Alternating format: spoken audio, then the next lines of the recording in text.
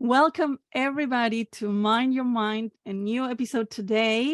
I am Roxana Parra Sepulveda, your host, and I am with Samantha Dholakia. She is a behavior and oracy specialist, consultant, trainer, and creator of the Balance System. We will be talking about it today as well. With over a decade of experience in the education sector, Samantha has dedicated her career to transforming the way we approach behavior management within schools.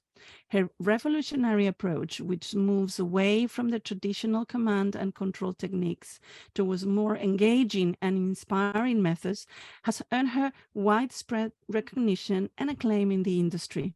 By focusing on building children's confidence and communication skills, Samantha has successfully helped countless children, parents, and educators in bringing the gap between home and school behavior approaches. As a children's confidence and communications coach, parental strategist, and teacher trainer, Samantha is committed to empowering both students and educators with the tools and knowledge they need to succeed. Her understanding of the neuroscience behind behavior enables her to provide targeted, evidence-based solutions that are both practical and effective. Samantha, welcome. It's lovely to have you here today. Oh, thank you so much. Yes, it's so good to be here. I'm so excited for today because we will be talking about this connection between being a parent with a very, very, very, very busy job and demanding job that is emotionally demanding job, no? And just a bit. Yeah, just a bit. As we know, all the frontline workers that this podcast is dedicated to are consistently being available mentally, emotionally, physically for the people they are supporting. And so we're thinking today, well, how they can help themselves to be as well emotionally, physically available for their children after a very busy day at work. Yes. So starting from that question, we decided, we have to meet, we have to do an episode, and here we are. So, but Sam, you're doing a lot of fantastic work. Can you tell us a little bit about what motivated, where it started all? Let us know about what are you doing. Thank you.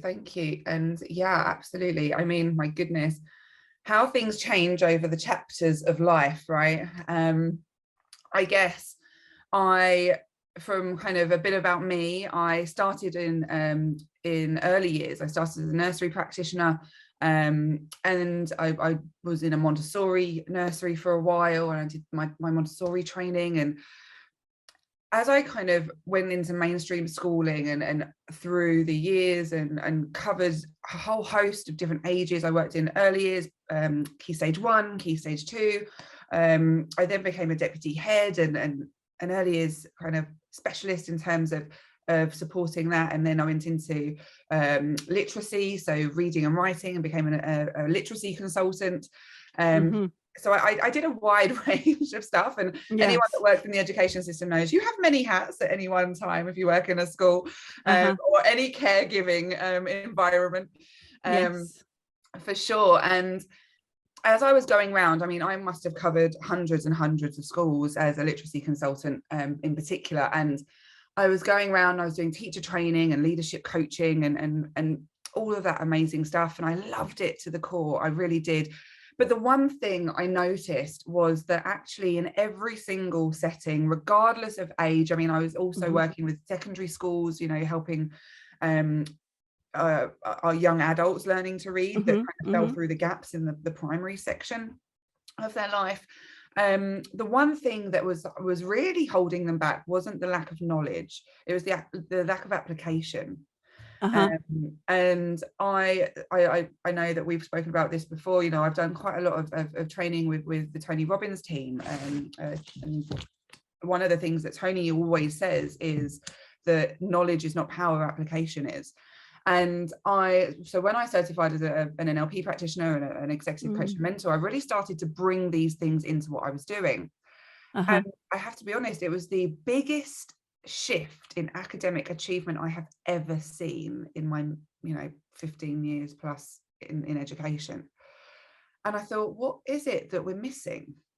What is it that we're not doing for our young people, our children, that we could be doing? Because I started to put this really into practice in one of the schools I was working in at the time, because the head came to me and said, Sam, we're doing all of the things, for literacy and math and things that you've suggested, and the steps aren't being shown in the data.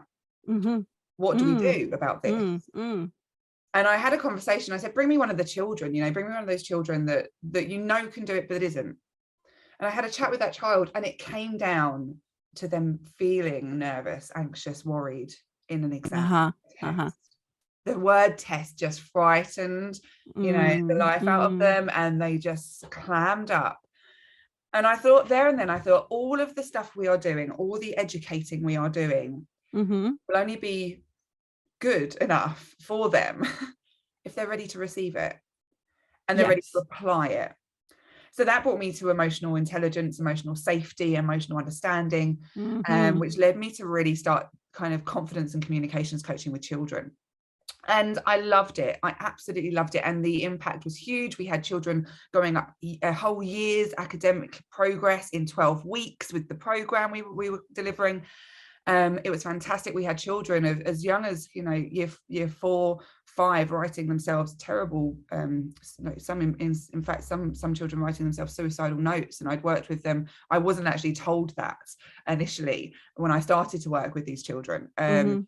They didn't tell me that, as the staff, but they'd gone from kind of coming in and ignoring everyone around them and just feeling internally miserable constantly. Withdrawn. One of the teachers sent me an email saying, Sam, this child skipped through the gate today.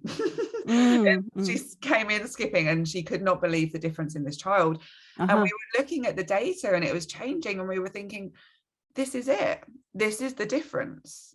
It is not what you changed in terms of the classroom teaching. You were doing all that. It is the confidence within the child that has shifted, and the understanding of themselves. So then we started to look at this as an ongoing practice, and I started to set up now, the coaching for children. And I started to get the children come to me and say, Sam, my amygdala was a little bit wobbly today. And I'd say, no, okay. That's lovely. Yeah. And I'd say, okay, talk to me. And they'd say, but that wasn't the problem. And I'd lean in and I'd say, what was the problem, my friend? And they would say, well, my teacher's amygdala was equally as wobbly, and they were telling me off for telling them about it. I was rude because I was pointing out that they were out of control internally, and their amygdala was raised or what have you. And I was listening to the children. This happened a few times. I had a couple of the children say to me, my mum's amygdala, she doesn't even know when she's flipping her lid. And then I have to tell her, and I'm getting in trouble. And it kept coming up. These children understanding their brains, understanding that they had to utilize the tools they were working with, trying to do so, and then being told off or punished or reprimanded for communicating when they saw it in others, or when they saw it in themselves but didn't know how to use the words. So they were learning about emotional safety. Yes. They were sort of starting to see that in others, and then they were getting, and then other people were like, that. Excuse me, don't tell me about myself. and amygdala, what is that you're talking about? exactly that. And so we grew.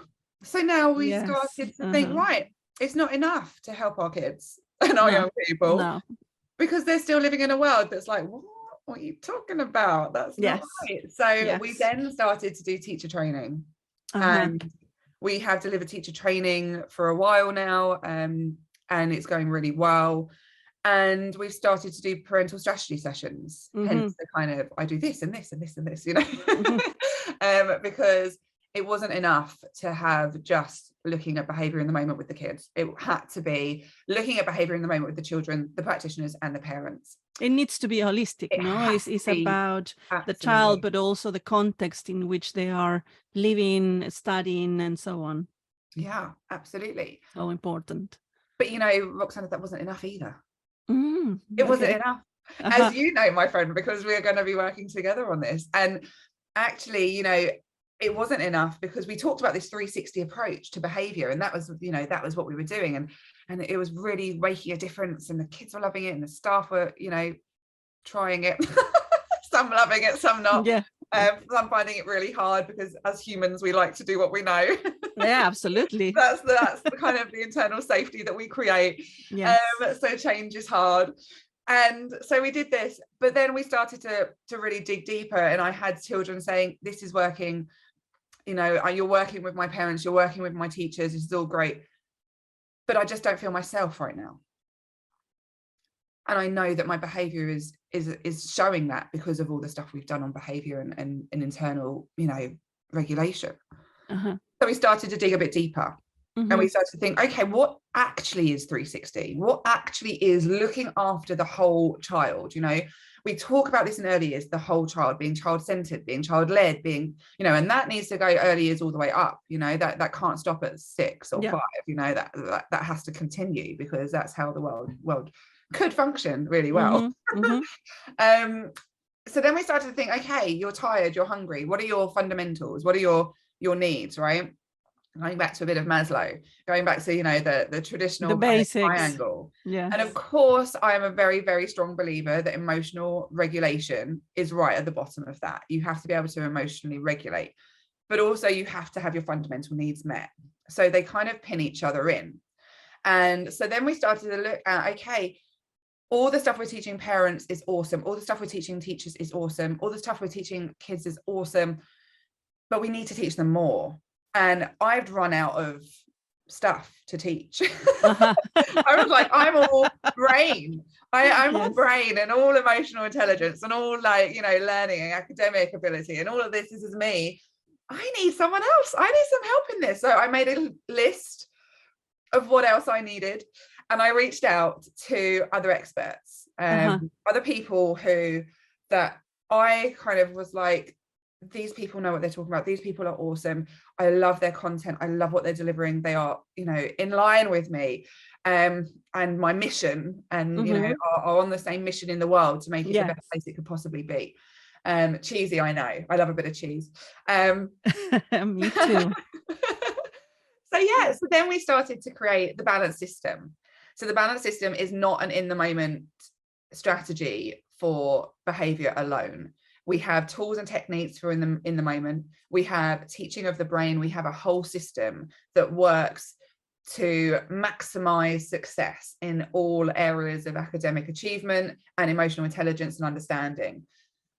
But we also now have the balance zone that accompanies that. The balance zone is where teachers have ongoing CPD, parents have ongoing CPD, because parents need it too. I need it as well. I am learning so much through this mission myself as a parent and practitioner. It's incredible. And we have covered the full 360 now.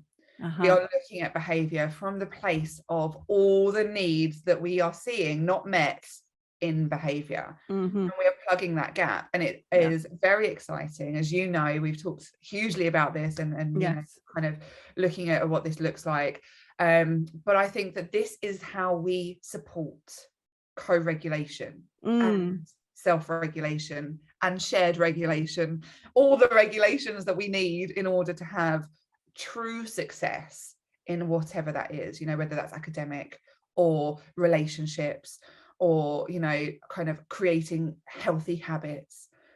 But these are the fundamentals, aren't they? And I think without all of them together, without that whole 360 approach, we're just putting fingers in holes and hoping the ship doesn't flood. You know? So, and it's such a marvelous mission, and I'm truly connected with all of what you're saying.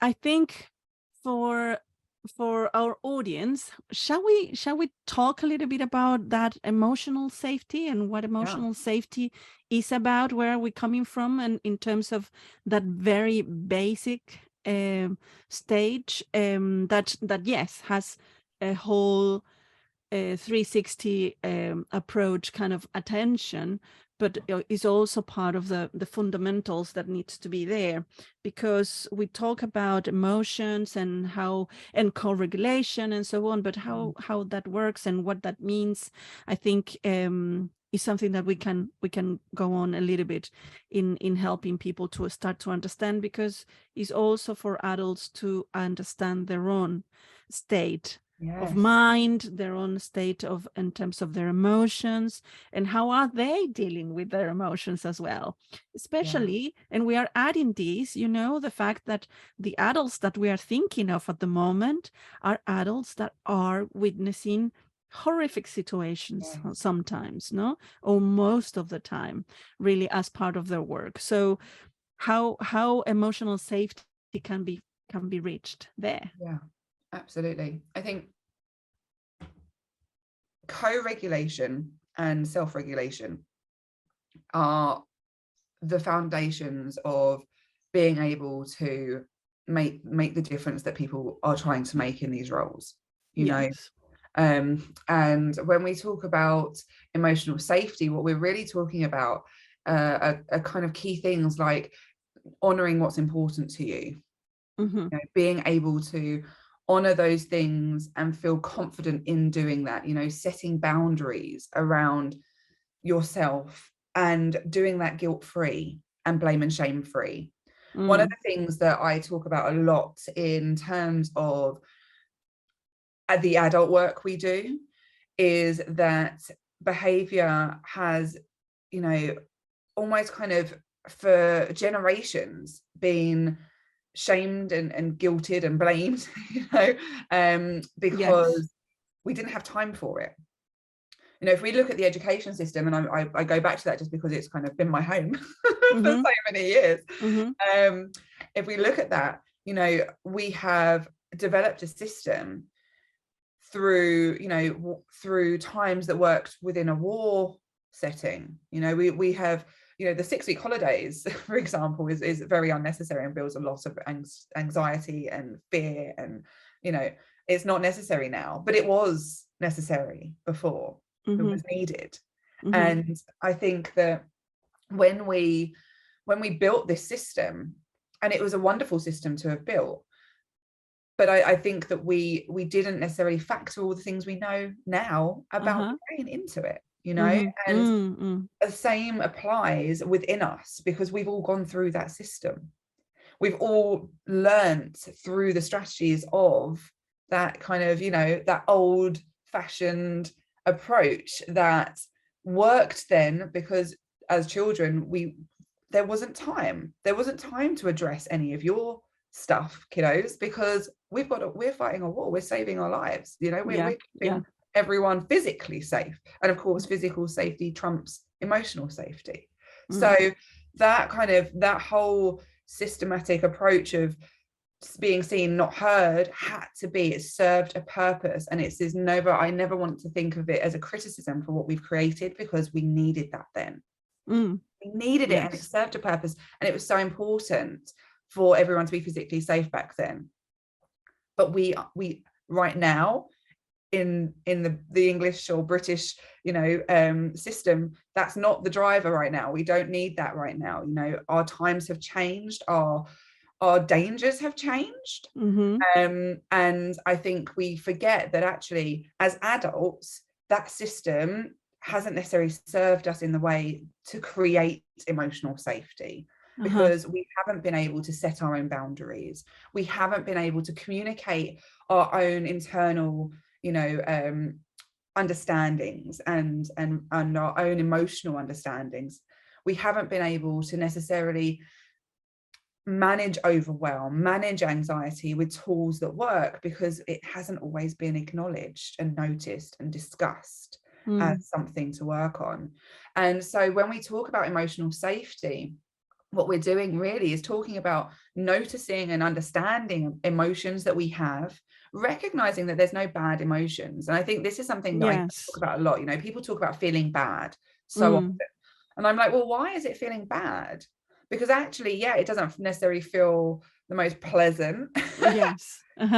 but it's a signpost to something that needs a change, and change Exactly. is not bad. I mean, they say change is as good as a holiday, right? Mm. And we want internal holidays. So let's do that for ourselves and recognize when we need to make change, rather than kind of kicking it down the road or sweeping it under the carpet and ignoring it, which I think is what, and this is purely my opinion here, I think is Yes. what our current education system, I mean, we are obviously making lots of change over the last couple of years, particularly since the pandemic. Although the change, in my opinion, is we could have made more changes there quite quickly. But again, physical safety trumps emotional safety.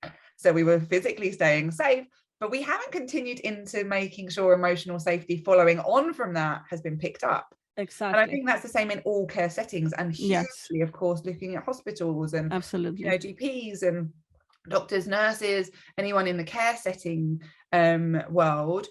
We haven't picked up the emotional safety that actually kind of those traumas, and I do select that word very carefully, big T's and little t's, those traumas have a huge impact, and we haven't picked that up. And actually creating emotional safety internally for ourselves allows us to hold space for those that need it around us. If we are high in, stress hormones, and we are not getting enough sleep because of that, or we're not eating enough because of that, or we are, in this kind of this wheel, if you like, of internal anguish and internal distress, it doesn't necessarily feel all the time that we are, spiraling. Sometimes we manage that, but that's what it is, managing or dealing with. It's not processing, and it's not utilizing. And I think that's when we miss the signals, right? Yes, and we know that from an attachment perspective, we need to be seen, listened, and understood. No, that's the very core of the validation of our emotions and the understanding of what's going on. And just to be seen and to be listened is something that is so important, because that validates us as human. And what I'm hearing as well, that from all what you're explaining, is that emotional safety then is a very important pillar for resilience. Yes. Because from emotional safety that we will be able to go through those stressors that are in life, that difficulties that are in life, that those exams that may be threatening, or that those problems that sometimes come across life that, I mean, let's name it. We will be here the whole day. But I mean, it could be even so much. It can be something very small. It can be very, as you say, the big T's, the small T's, the day-to-day difficulties. Something, I don't know, a difficulty in a relationship with a friend, for example, that can be quite stressful as well, and create huge sense of inadequacy and difficulties. But what I'm hearing, as I'm saying, is emotional safety equals resilience. Yeah, absolutely. I mean, it could be even as small as someone having, a bit of road rage, or kind of getting the hump on the road. And I think that we forget that all of those trigger something inside of us. Absolutely. And they are cumulative. The thing is that this is all cumulative. Absolutely. No? Emotions are definitely, passed on. They are contagious, and if someone gives you a bit of anger, then you go on sometimes, potentially, if you're not aware of it, and you share it on. Yes. You pass it on, and actually, the idea behind the 360 approach is that we recognize that. And that we start to have almost those boundaries for ourselves, which of course come from that, and a part of resilience, having those boundaries and having that, okay, that person's angry, I don't need to own that. I don't need to take any of that with me. That's their emotion. I'm going to just leave it there. I'm not going to, we don't go and pick up someone else's shopping bag, but we like to go and pick up other people's emotion bags and carry them around with us. So, it's just kind of keeping that separation. That's a very good analogy. But because it's sometimes, if you are not well aware of your own emotions, then you struggle to distinguish what's yours and what's the other person. And it's so important, this analogy that you're doing in terms of carrying the emotional bags that The of backpack. others, Yeah. of others sometimes, and owning it when actually no, everybody's responsible for their own safety, their own happiness. Yeah. No, obviously there are so many difficulties that so many aspects that will make that quite difficult in life for some. But I think what we're talking about here is how do we help from ourselves as adults and therefore our children, because this is contagious. The more the adult will be able to understand themselves, their stressors, and create that internal emotional safety, Yes. then they will be able to relate to their children from that place of emotional safety as well. It gives room for empathy. Yes. Yes. You know, when we have space for our own emotional understanding and our own emotional regulation, and we are at the place where we have got ability to hold space for someone else, we have ability to empathize with them. You know, when we are in it ourselves, you know, wooden trees, we can't empathize with anyone else because we're so busy trying to empathize with ourselves. And that is not, there's nothing wrong with that. That is a fundamental need, but also it can be really difficult to find yourself in that place if you aren't, you know, given the tools, if you aren't working on yourself on a regular basis. And I know it sounds really, you know, Instagram post worthy, you know, work on yourself, you know. And I think that sometimes actually these real hard and fast rules are detracted from by the, you know, the social media side of things, because you know, we are now in a world of overwhelming posts, overwhelming information, contradictory information also. You know, it might be out there, but it doesn't have to be true. And I think now we have come to the point where actually we're not always receiving information because we are always receiving information, if that makes sense. You know, so we don't actually take it in. And thinking about kind of resilience and what we need in terms of building resilience, and maybe not even building it. I mean, I do think that we are born with the fundamental skill of resilience, but I think we get taught out of it. By the grown-ups around us, you know, because we see the little chips as we get older, and we kind of get chipped away and not necessarily modeled by the adults around us because they're so chipped themselves. And I use myself as an example there all the time. You know, I had lots of chips growing up, and you know, my kind of experiences as a child and then a teenager, and kind of all of the things that I went through growing up, I certainly had lots of dinks in the armor, you know, lots of things that I wanted to not always understand, but wanted to get rid of, because I didn't necessarily feel like I needed to understand them. I just needed to fix myself. And I think adults often think of it as that, you know, we need to get fixed.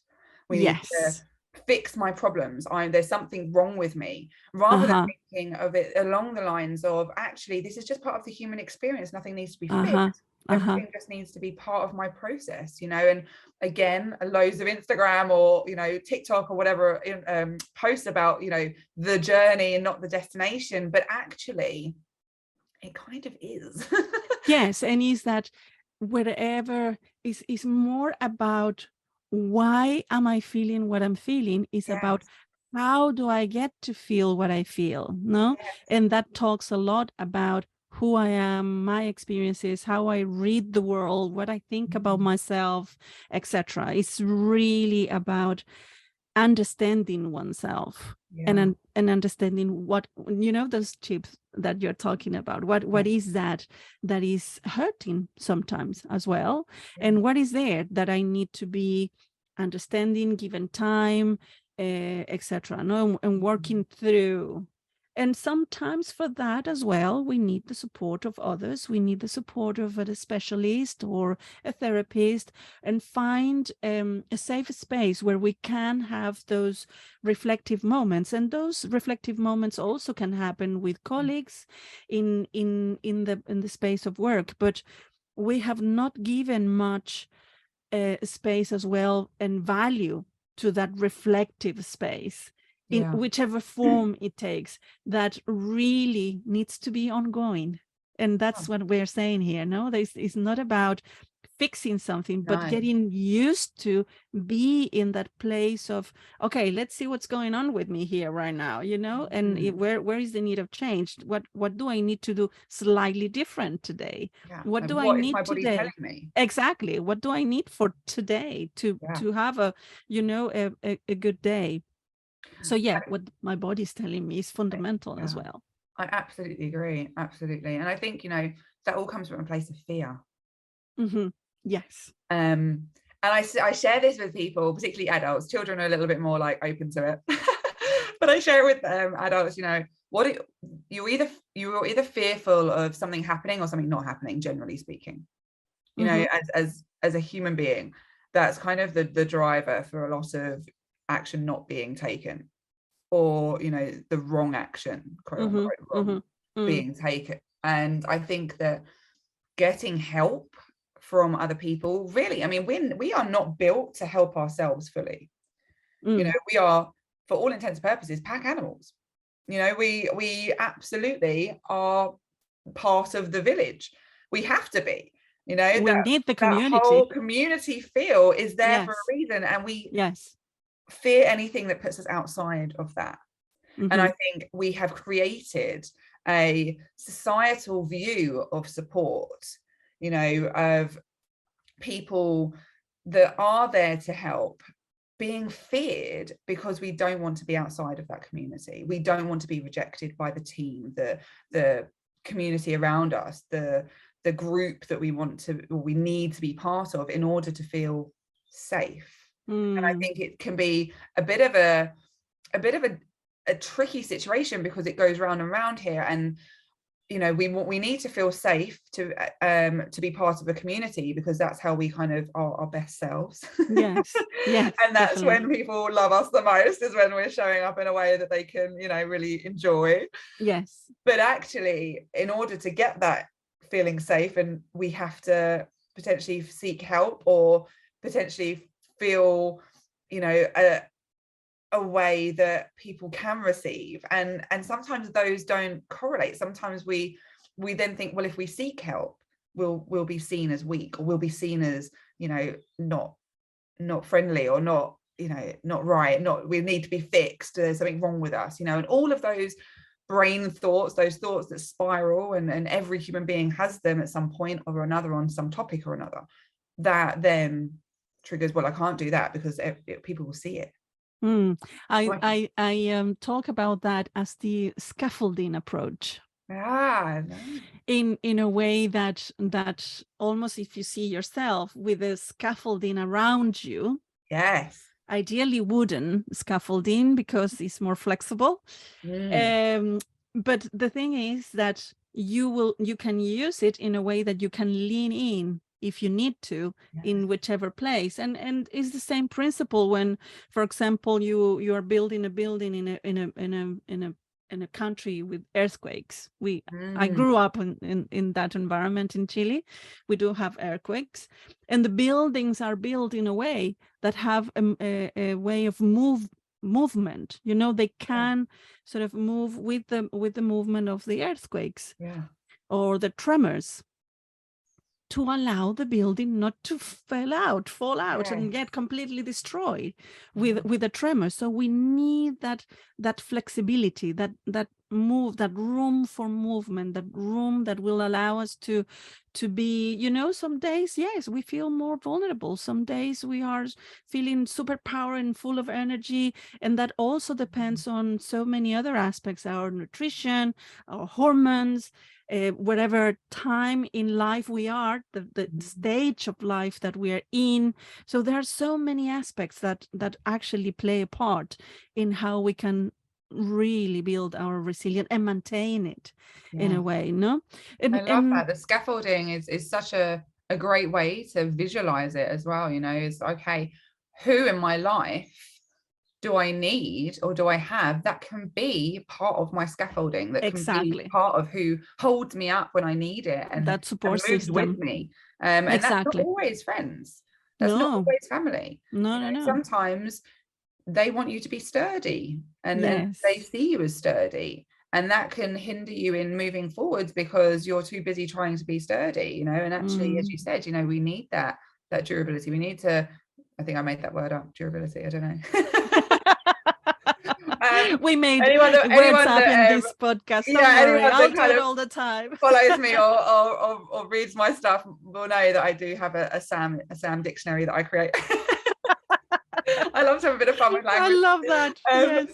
But you know, I think it is really about having those selected people in your life, you know. Yes. I mean, social services is a prime example of this. The aim is to, you know, help families stick together, you know, the idea of keeping the family unit together and being supported and all of that lovely stuff. But the perception and the understanding and what that looks like is not in line with the idea different of what we want to do. And I think that that's a prime example of where fear takes over. I know lots of families I've worked with have been offered you know, early help or support from our social services and have rejected it because they fear, you know, that's it, they'll take the children, they'll do this, they'll do that.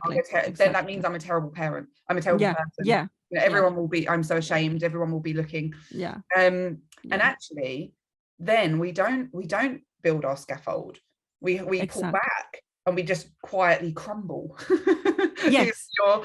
Little by little. And then we get subsidence, and then because we don't rectify the subsidence, other things form in the cracks. And it's all, you know, I'm getting very into this idea of the building here. I love it. But it's all so interesting and important because actually it's in that moment that sometimes we just need someone to jump in and be like, look, here, use this to hold yourself up, use this to hold yourself up, use this, let's rebuild you, let's remodel, let's, you know, add something to it. You can, you know, I think we forget that, sticking with the house, we forget that we can have our own extensions, that we can, we can add to ourselves, we can redecorate our interior, anything. And you know, that happens, you know, particularly kind of obviously recently I've become a mum. I say recently, it's just going so darn quickly, but you know, when I became a mum, I had to refurnish my whole inside. I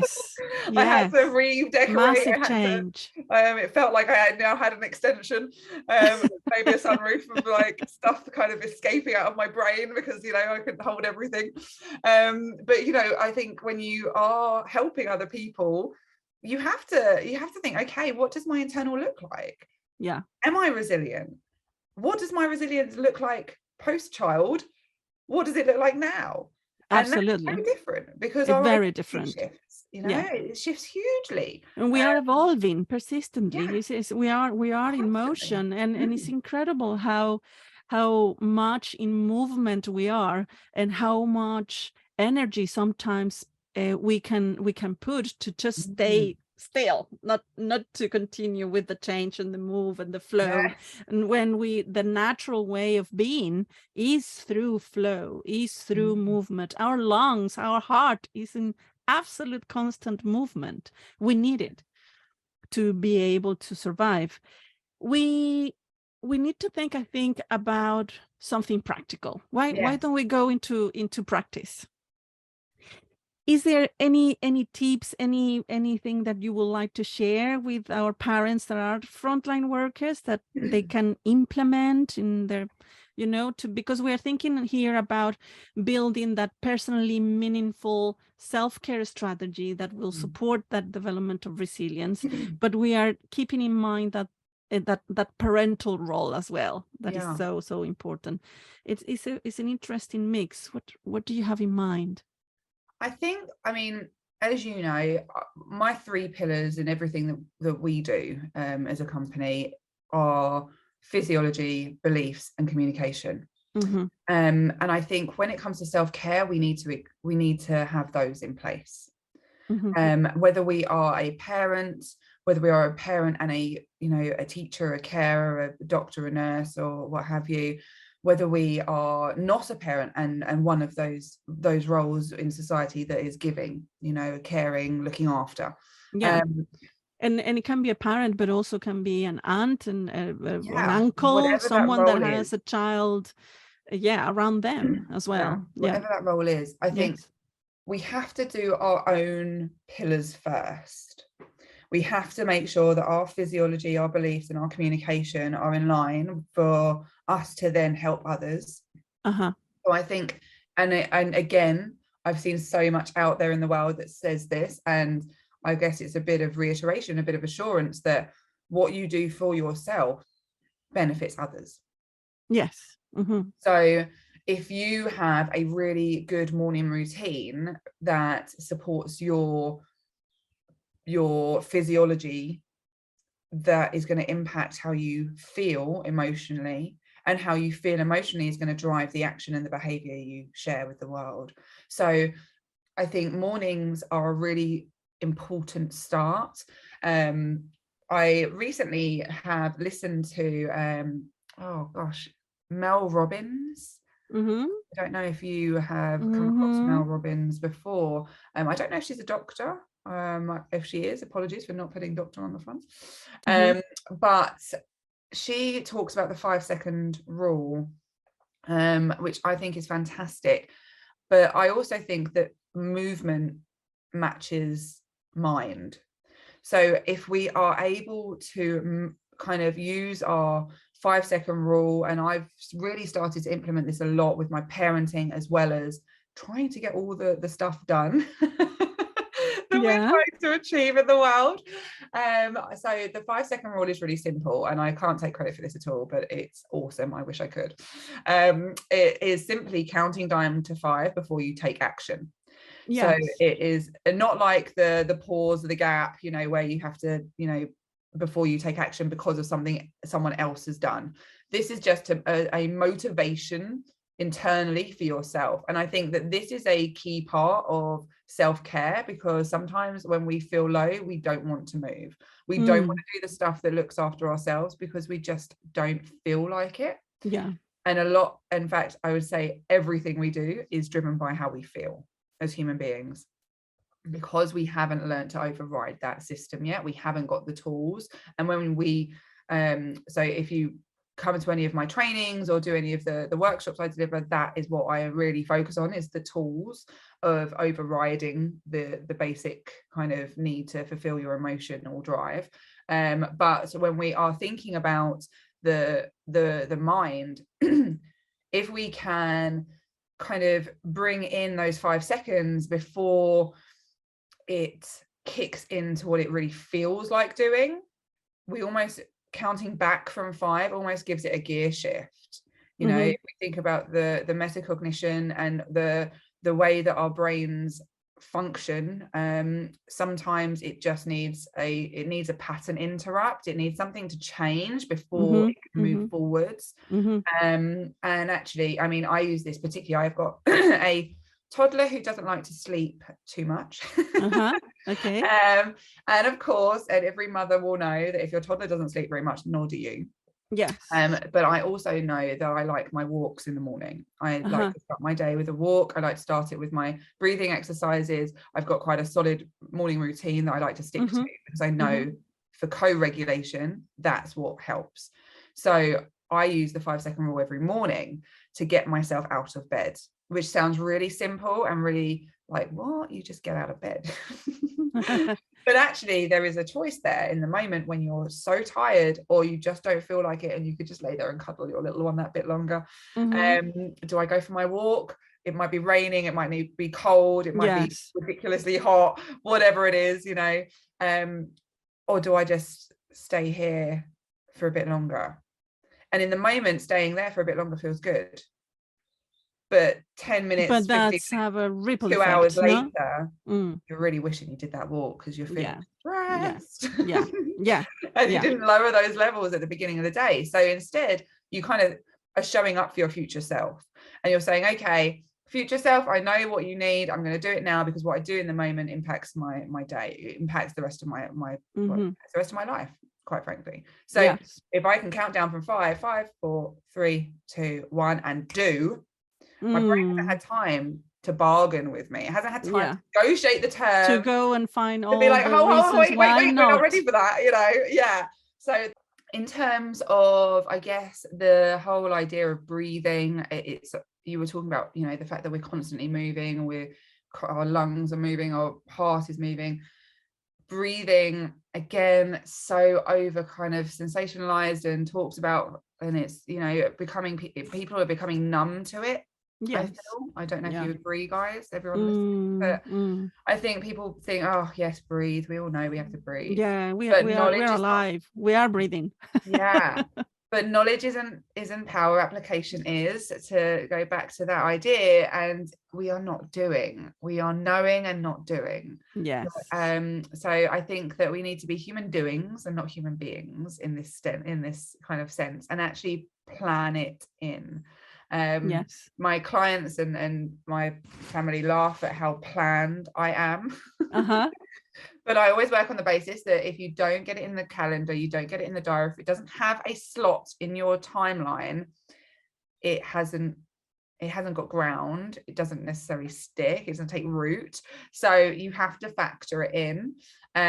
So having a look at when you feel you need these things and planning them in. If you know that you have a challenging client who needs your help on something that maybe potentially is a bit of a trigger for you, or yes, you know that you're going to somewhere and there's heavy traffic and you don't, you know, do well with angry drivers, or, you know, whatever it is, or, you know, you're picking up your kids from school and you know that one of them isn't having a great time at school and will offload on you, which is what we want from our children, but also we need to be ready to receive it. So absolutely planning ahead. When do you need your breathing? When do you need your movement? When do you need to be able to communicate effectively? What are your beliefs around it? You know, that is a really strong one. So having planned in breathing slots is crucial to actually doing it. You know, moving it from a no to a do, and just having it in ready for you. And I think that's so important with everything that you want to get done, is having it in the slot time. And absolutely. And because it's something about, you know, we move from one activity to the other during the day, and sometimes that time management, it is required in order to remind us, and sometimes it's just an alarm on your phone or anything that will remind you of literally 1 minute or 5 minutes, anything you want to allocate, but that these activities become part of your constant routine, your ongoing routine, so you can actually incorporate them. And then it's incredible when you start to do them, you realize how much you need them. When you don't do them, then your body, your system is telling you, hey, that was something that we needed today. And that's something to acknowledge as well, because we know that creating these routines and creating this change of habits, it sometimes can be difficult. And there is so much that resistance that internally we can have towards change. So it's important to be aware of that as well. 5 minutes, 5 seconds rule that help us to go into that place of do, schedule, and have that, you know, allocated time for that one activity that you will start doing. I think you were about to say one more. I do have one more. I'm sorry. I do this though. I always want to give everyone everything. So I'm sorry, guys. But I there's one other thing that I do really regularly, and that I always recommend, that, again, big humans and small do. And it is something very simple. And again, something that you can just factor into your week, your day. And that is a thought download. I had a conversation with my husband this morning about something he's finding a bit challenging at the moment, and I started to talk to him and he was like, yes, I know, I'll do a thought download on it. And I think it's one of the things that I think is so purposeful and useful, because it's not only, we talked about, you know, having the breathing, having the routines, having the scheduling, but also, you know, you cannot interrupt a pattern that you don't know exists. So how do you do that? And how do you do that? So a thought download is where you sit, you grab a pen and you get everything out of your brain. Uh-huh. So it really is. I mean, we talk about journaling, and I think journaling is fab, and it's very similar to that. However, a thought download, I guess, is kind of just in that moment, just really exploring the deep, dark depths of your brain, the good, the bad, the ugly, and not judging it, just noticing it, noticing what's in there.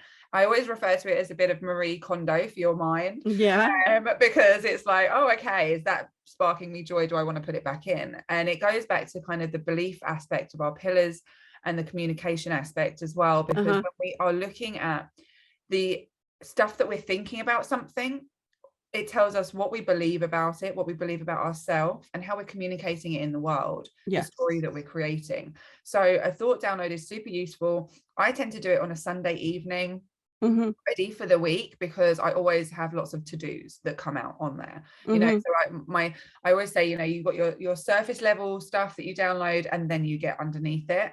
So my surface level stuff is always my to-dos. It's kind of just a pattern of my brain, is like, first of all, I have to get out everything I need to get done. And then once that's out of the way, I can start looking at actual thoughts and beliefs. So I always find that I get to-dos, I get things that I have been thinking about that I didn't necessarily know were holding space in my mind. And then I kind of always find that there will be some I don't know, some negative thoughts, I guess, about myself that are boundaries to something. This is something that Tony Robbins says all the time. You have to stand guard at the door of your mind. And actually, it took me a long time to really understand what he was, you know, talking about there. But I think when I did the downloads, I understood that. Because there's so much that creeps in. There's so much that you're like, oh, I didn't even know I thought that about myself, or I didn't know I thought that about that person. You know, it can impact your relationships, the way you think about someone else, and it changes how you show up for them, or how you show up for yourself around them. And when you start to identify those through the thought download, it makes such a difference, because you start to be conscious with your choices. Yes, it's about getting to understand your own thoughts, getting that level of consciousness, and seeing how it's almost an exercise to take a little bit of distance of what am I thinking, what is the content of my mind, and how that how that is impacting in the way I feel, the way I relate to myself, to others, to my colleagues, to my children, and so on. So much great information. Thank you so much, Sam, for today. I'm sure we will be continue talking about this and collaborating. And for our audience, if you like what you're hearing, please help us to help and share it.